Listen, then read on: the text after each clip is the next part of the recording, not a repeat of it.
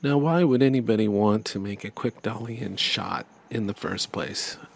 I know you can do it, but why would you want to do it? Just for any reason? Because it looks cool? Well, let's take a clip from The Silence of the Lambs and take a quick look at it. Here they realize the girl's in trouble, and the zoom in gives that sense of action and suspense, but most importantly, sudden realization. So you shouldn't be doing these shots just willy-nilly because you can. You should usually have a purpose behind it. But the reason here would be to give the sense of sudden realization. I think that's probably the main reason to do a quick dolly-in zoom. But what if you didn't get a dolly-in zoom shot or you didn't have a dolly that day? Well, there's a cheat. So the first one is you need one shot, which is kind of a wider, longer shot.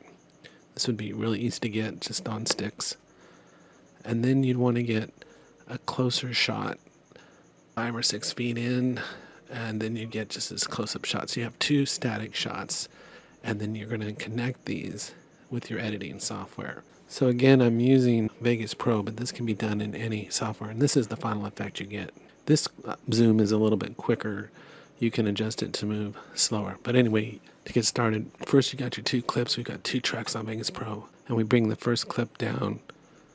And if you right click, you can just select the video without the audio. So that's a real nice little trick. We're going to trim this down a little bit and drag it over, keeping it on the second track. Then we're going to get the other track, right click, and leave that on the top track, video only.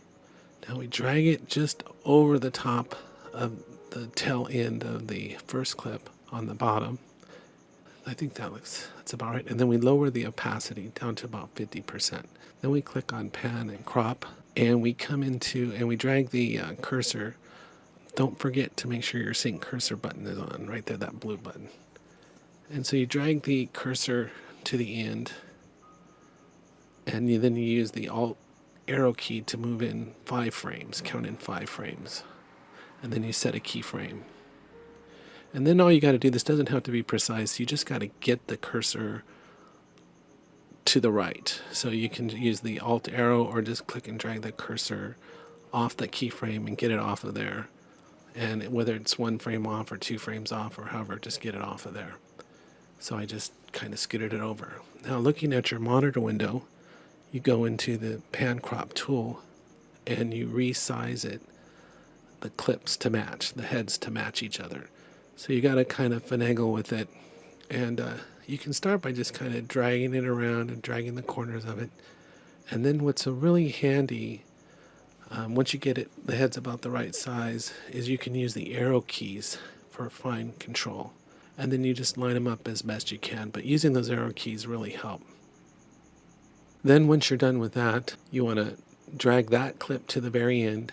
Sometimes they stick together, and then you just pull that clip out so they're 5 frames apart. And you can right click on that and make the transition smooth. Here I just left it on linear. And then you go to the very front clip, the very first keyframe, and just push it in a little tiny bit, crop it in just a bit, and that'll create a real subtle motion. And then we're done.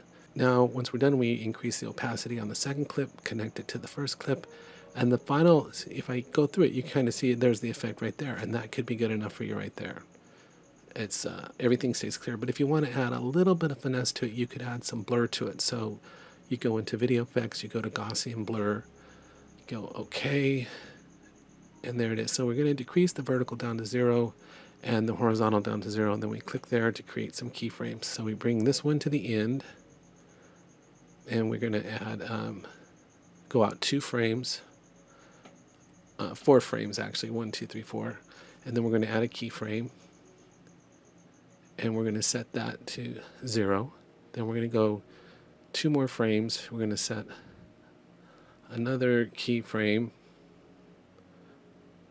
and set that to 0.002. If you click control when you're moving the slider, you have more control. And then we go to the end and we add another keyframe, and we're going to set that one to 0. And then just as a last check, you kind of go through them and double check that the values are changing. So that should be 0, that one should be 0.02 or abouts, and that one should be 0. Yeah, and then once they're all good, we're all good. And then you can right click on this. Sometimes it's hard to get it just right. I know I had to move my mouse around, the cursor around just to get it right there, and set it to smooth. And then you close out. And believe it or not, that's the whole effect. And it's really simple to do, and it's a nice way to create that feeling of sudden realization.